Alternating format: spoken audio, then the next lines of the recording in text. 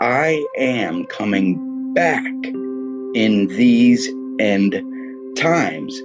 And then he just wrapped me around that number 7. And he's like, your whole life is going to revolve around this number. You chase this number and you will find me. And right about that time is when I felt like I was descending a little bit, and then I looked, and I didn't see anybody else up there, but this light and almost like heaven, like just, man, paradise. But I saw the face of my grandfather, almost like a silhouette of him.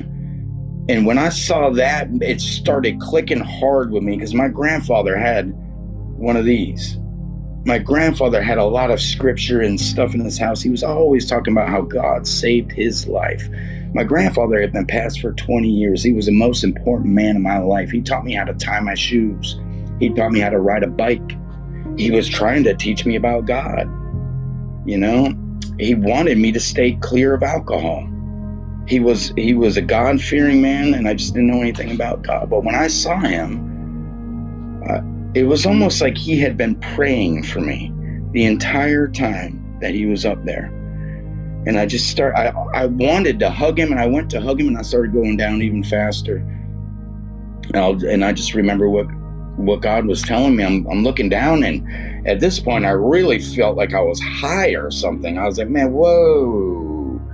And I looked down, and it was like I could see the whole world laid out on Google Maps or something. And I noticed like Maine coastline. I could see the entire coastline just like on a map. And I was way over the body of water of the Atlantic Ocean. And I was just kind of hovering, coming down. And as I got closer, I could see I was coming down over North Carolina. And I was like, I wasn't remembering me down there. And I go, whoa, is that the marina? And I was like, dude, is that my sailboat? And I looked, man, and there was my body, and my dog was laying right beside my body, my chocolate lab. And something God was telling me in that moment about my dog, that it wasn't a coincidence that I had him. I had to lose my best friend to get that dog. And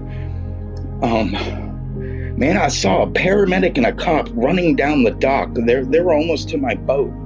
And then bam, I hit my body. But like right before I hit my body, I looked up, and it kind of all made sense to me for a second. I go, whoa, is this why these crazy people are knocking on doors with this book in their hand? Because when I was up there, I legitimately saw this huge white cross. And God was showing me that it was all about that.